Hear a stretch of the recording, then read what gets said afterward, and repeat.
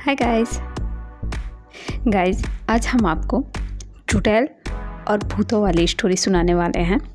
तो सारी स्टोरीज़ को आप शुरू से लेके लास्ट तक सुनिएगा और हमें कमेंट में ज़रूर बताइएगा आपको कौन सी स्टोरी भूतों वाली कैसी लगी।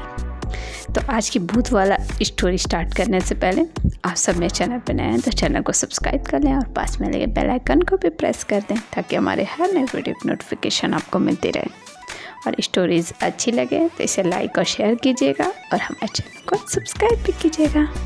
तो चलिए पहले स्टोरी सुनाते हैं जिसका नाम है लाश खाने वाली चुड़ैल। राहुल नाम का एक लड़का था। उसे भूतों के बारे में जानने का बड़ा शौक़ था। वो हमेशा भूतों और चुड़ैलों की कहानियाँ पढ़ता रहता। वो ये जानना चाहता था कि भूत होते भी हैं या ये सब बस एक मनगढ़ंत कहानी है या फिर लोग बस एक डर का माहौल बनाने के लिए ही ऐसा कहते हैं कि चुड़ैल होती है। राहुल यही सब सोचता रहता था। इस बात का पता लगाने के लिए उसने एक तरकीब निकाली। उसने अपने दोस्त से कहा कि पास के कब्रिस्तान आज रात हम दोनों चलेंगे और पूरी रात वहाँ जाग के पता करेंगे कि चुड़ैल होती है कि नहीं। उसका दोस्त साथ चलने के लिए तैयार हो गया पर कब्रिस्तान के अंदर जाने से मना कर दिया। राहुल राज़ी हो गया। जैसे ही रात हुई दोनों कब्रिस्तान के पास पहुंच गए। राहुल अंदर चला गया और राहुल का दोस्त वहीं कब्रिस्तान के बाहर इंतज़ार करने लगा। कुछ घंटे बीत जाने के बाद राहुल के दोस्त ने राहुल को कॉल किया और उससे पूछा, भाई क्या चुड़ैल दिखी? राहुल ने जवाब दिया, नहीं। इस पे उसके दोस्त ने राहुल को बोला, तू बाहर आ जा, घर चलते हैं हम लोग, मुझे बहुत नींद आ रही है। पर राहुल ने अपने दोस्त से कहा, तुझे नींद आ रही है तो बाहर ही सो जा। आज मुझे पूरी रात यहीं रुकना पड़ा तो भी मैं रुकूंगा। मुझे आज पता ही करना है कि चुड़ैल होती है कि नहीं, और जैसे ही मुझे चुड़ैल दिखाई देगी मैं भाग के तेरे पास आ जाऊंगा। इसके बाद राहुल का दोस्त कब्रिस्तान के बाहर ही सो गया और राहुल अंदर चुड़ैल का इंतज़ार करने लगा। काफ़ी समय चुड़ैल का इंतज़ार करने के बाद राहुल को नींद आने लगी और राहुल वहीं सो गया। अभी राहुल की नींद लगी ही थी कि उसे वहाँ पे फावड़े से ज़मीन खोदने की आवाज़ आने लगी। राहुल उठ के बैठ गया और उसने देखा कि एक सफ़ेद साड़ी पहनी हुई औरत फावड़े से एक कब्र को खोद रही है। फिर राहुल ध्यान से देखने लगा कि आखिरकार ये औरत कब्र क्यों खोद रही है। थोड़ी देर में उस औरत ने कब्र से एक लाश को बाहर निकाला और जंगली जानवरों की तरह आवाज़ करके उस लाश को नोच कर खाने लगी। इतना भयंकर नज़ारा देख के राहुल के हाथ पैर कांपने लगे। डर से पसीना पसीना हुआ राहुल चुपचाप झाड़ियों में छिपा रहा और हनुमान चालीसा पढ़ता रहा। राहुल भगवान से बस यही मना रहा था कि हे भगवान आज बचा लो, आज के बाद कभी भी कब्रिस्तान में नहीं आऊँगा। काफ़ी देर तक चुड़ैल ने उस मुर्दे को खाया और फिर बचे हुए आधे मुर्दे के शरीर को कल खाने के लिए उसे वापस कब्र में गाड़ने लगी। तभी राहुल के साथ एक हादसा हो गया। राहुल का दोस्त राहुल का हाल चाल पूछने के लिए राहुल को कॉल कर दिया। कॉल की आवाज़ सुनते ही वो चुड़ैल राहुल की तरफ देखी। झाड़ियों में छिपे होने के कारण राहुल ने सोचा चुड़ैल उसे नहीं देख पाएगी, पर ऐसा नहीं था।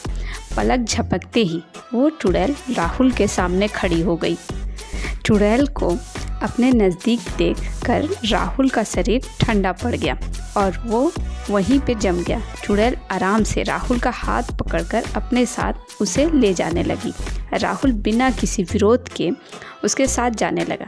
चुड़ैल आधी खाई हुई लाश के कब्र के पास पहुंची और उस मुर्दे की लाश को बाहर फेंक दिया और राहुल को उस कब्र में दफन करने के लिए राहुल को कब्र के अंदर सुलाने लगी। तभी वापस से राहुल के दोस्त का कॉल आया। मोबाइल की रिंगटोन सुन के राहुल को होश आया और वो चिल्लाते हुए वहाँ से भागने लगा। राहुल जिधर भी भागता चुड़ैल उसके सामने खड़ी हुई मिलती। अब राहुल को उसकी मौत सामने नज़र आ रही थी। राहुल चिल्लाते हुए अपने दोस्त की तरफ भागा। तभी राहुल की आवाज़ सुन के उसका दोस्त कब्रिस्तान के अंदर आ गया और राहुल को देखा वो पागलों की तरह इधर उधर भाग रहा है। उसने राहुल को एक ज़ोर से तमाचा मारा और उससे पूछा, चिल्लाते हुए क्यों भाग रहा है? मैं यहीं तेरे पास ही तो हूँ। फिर राहुल ने अपने दोस्त को बताया, यहाँ सच में चुड़ैल है। इतना सुनते ही राहुल के दोस्त ने राहुल का हाथ पकड़ा और दोनों कब्रिस्तान के बाहर भाग गए। सीधा अपने घर गए। राहुल ने घर पहुंच के सारी घटना अपने दोस्त को बताई। उसके बाद वो दोनों कभी भी उस कब्रिस्तान के आसपास भी नहीं गए। तो गाइस, यहीं पे राहुल और चुड़ैल की कहानी ख़त्म होती है। आप सबने कभी ऐसा कुछ ट्राई किया हो तो हमें कमेंट में ज़रूर बताइएगा, हमारे साथ ज़रूर शेयर कीजिएगा और ये भी बताइएगा आपको राहुल और चुड़ैल की कहानी कैसी लगी। तो गाइस, अब हम आपको दूसरी स्टोरी सुनाने जा रहे हैं जिसका नाम है लड़की की आत्मा। ये एक सच्ची घटना है। मोहन नाम का एक ऑटो ड्राइवर ऑटो चला के उससे जो पैसे कमाता उससे अपना घर चलाता था और ज़्यादा पैसे कमाने के चक्कर में उसने रात को भी ऑटो चलाने लगा। रात में सवारी कम मिलते थे जिससे उसका ज़्यादा फ़ायदा नहीं हो पा रहा था। इसलिए उसने अगली रात को पास के ही शहर में रेलवे स्टेशन पे चला गया। काफ़ी देर से उसे कोई सवारी नहीं मिली। रात बहुत हो चुकी थी। एक लास्ट ट्रेन आने वाली और ट्रेन की सवारी के लिए मोहन स्टेशन में इंतज़ार करने लगा। बरसात का मौसम होने की वजह से वहाँ ज़ोर ज़ोर से बारिश होने लगी। तभी ट्रेन भी आ गई। कुछ ही देर में एक सुंदर सी लड़की मोहन के पास आई और उससे बोली, मुझे सुहागपुर जाना है। मोहन ने उस लड़की से कहा, सुहागपुर जाने के लिए रात का किराया 800 रुपये है। तो लड़की ने उससे कहा, ठीक है, अभी मेरे पास सिर्फ 500 रुपये हैं। मैं घर पहुंच के आपके बचे हुए 300 रुपये भी दे दूंगी। इतना सुनते ही मोहन ने लड़की से कहा, ठीक है मैडम, मैं आपको यही सही सलामत आपके घर तक पहुंचा दूंगा। इसके बाद मोहन ने लड़की को ऑटो में बैठाया और उसके घर की तरफ चल दिया। रास्ते में लड़की उस ऑटो ड्राइवर से बात करती रही।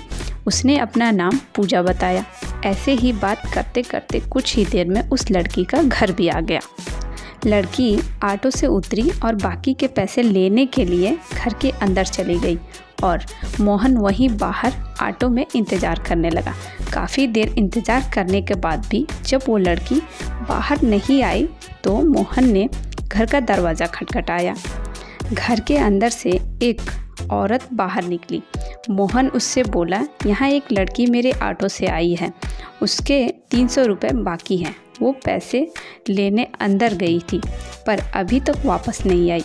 आप मेरे पैसे मुझे जल्दी से दिलवा दो, मुझे देर हो रहा है। इस पर उस औरत ने कहा, कौन सी लड़की? यहाँ तो बस मेरे पति और मैं ही रहते हैं। फिर मोहन ने कहा, उसने अपना नाम पूजा बताया था। इतना सुनते ही वो औरत हैरान हो गई। उसने मोहन को अपने घर के अंदर ले जाके दीवार पे टंगी अपनी बेटी की फ़ोटो दिखाई। वो फ़ोटो देखते ही मोहन बोला, हाँ यही वो लड़की है। तब तक उसके पिता भी अपने कमरे से बाहर आ गए और उन्होंने बताया, ये कैसे हो सकता है, हमारी बेटी है ये। 3 साल पहले अपनी पढ़ाई पूरी करके हमारे घर आ रही थी, तभी एक ट्रक से उसका एक्सीडेंट हो गया। अब वो मर चुकी है। ये सुनते ही मोहन के होश उड़ गए और वो वहाँ से भाग निकला। फिर जैसे ही वो ऑटो के पास पहुँचा, उसके सीट पे बचे हुए 300 रुपये रखे थे। पैसे देख के मोहन की और हालत ख़राब हो गई। वो पैसे वहीं फेंक के मंत्र पढ़ते हुए वहाँ से भाग गया। उसके बाद मोहन ने कभी भी रात में ऑटो नहीं चलाया। तो गाइस, मोहन की स्टोरी यहीं पे ख़त्म होती है। आप सब कमेंट में ज़रूर बताइएगा आपको मोहन और उस लड़की की स्टोरी कैसी लगी। और अब हम आपको तीसरी स्टोरी सुनाने जा रहे हैं, जिसका नाम है वो थी कौन। ये कहानी बहुत साल पुरानी है। अंकित नाम का एक लड़का था। अंकित का उसकी माँ के अलावा कोई भी नहीं था, इसीलिए अंकित पढ़ाई पूरी होने पे अंकित की माँ ने उसकी शादी कर दी। अंकित भी पढ़ाई पूरी होने पे अपनी नौकरी की तलाश करने लगा। जल्द ही उसकी नौकरी पास के ही शहर में लग गई।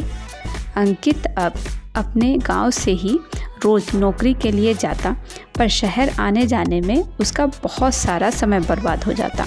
इसीलिए उसने अपने परिवार के साथ शहर में ही किराए के मकान में रहने का फैसला किया और जल्द ही उसे एक किराए का घर मिल गया। अंकित की माँ और उसकी बीवी को भी वो घर पसंद आया, इसीलिए दूसरे ही दिन वो लोग वहाँ शिफ्ट हो गए।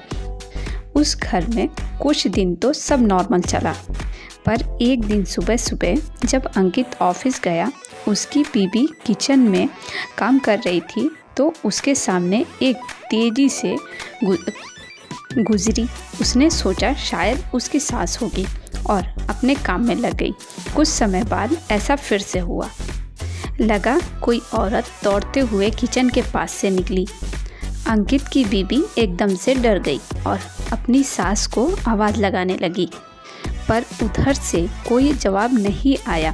फिर उसने अपनी सास को सारे कमरे में देखा तो उसकी सास कहीं नहीं दिखी। अंकित की पत्नी ने अपनी सास को फ़ोन किया और पूछा अब कहाँ है। उसकी सास ने जवाब दिया, मैं तो सुबह ही मंदिर आ गई थी, बस थोड़ी ही देर में घर पहुँचने वाली हूँ। फिर रात के टाइम अंकित की पत्नी ने इस घटना के बारे में अंकित को बताया। अंकित ने पत्नी का वहम समझ के इस बात पे ज़्यादा ध्यान नहीं दिया। अगले दिन फिर से ऐसा हुआ तो उसकी पत्नी बिना खाना बनाए ही किचन से बाहर निकल गई। जब सास वापस आई तो उसने पूछा, तुम बाहर क्यों बैठी हो और खाना क्यों नहीं बनाया। पत्नी ने सास को सारी बात बता दी। सास हंसते हुए बोली, अरे बेटी, ऐसा कुछ नहीं होता, शायद तुम थक गई हो, इसीलिए ऐसा लग रहा है तुम्हें। तुम आज आराम करो, खाना मैं बना दूंगी। इतना बोल के सास किचन में खाना बनाने चली गई। जब वो खाना बना ही रही थी तभी उसको ऐसा लगा जैसे उसके बालों को कोई बहुत तेज़ से खींच के हंसते हुए वहाँ से भागा है। अब उसकी सास भी बहुत घबरा गई और उसने अंकित को फ़ोन करके सारी बातें बताई। अंकित तुरंत ऑफिस से छुट्टी लेके वापस आ गया। आस-पास वालों से पूछने पे पता चला इससे पहले जो परिवार यहाँ रहता था उनके घर की एक औरत की मौत किचन में आग लगने की वजह से हो गई थी। बस फिर क्या था, अंकित तुरंत ही उस घर को खाली करके वापस अपने गांव चला गया और बाद में उसने एक शहर के बीच एक अच्छा सा घर किराए पे लेके रहने लगा। तो गाइस, यहीं पे ये अंकित की स्टोरी ख़त्म होती है। आप सब कमेंट में ज़रूर बताइएगा आप सबको स्टोरी कैसी लगी। स्टोरी अच्छी लगी हो इसे लाइक और शेयर कीजिएगा और हमारे चैनल को सब्सक्राइब कीजिएगा। और आगे और भी ऐसी भूतिया स्टोरी आने वाली हैं, तो चैनल को सब्सक्राइब करने के साथ साथ बेल आइकन को भी प्रेस कर लीजिएगा ताकि हमारे हर नए वीडियो की नोटिफिकेशन आपको मिलती रहे। ओके।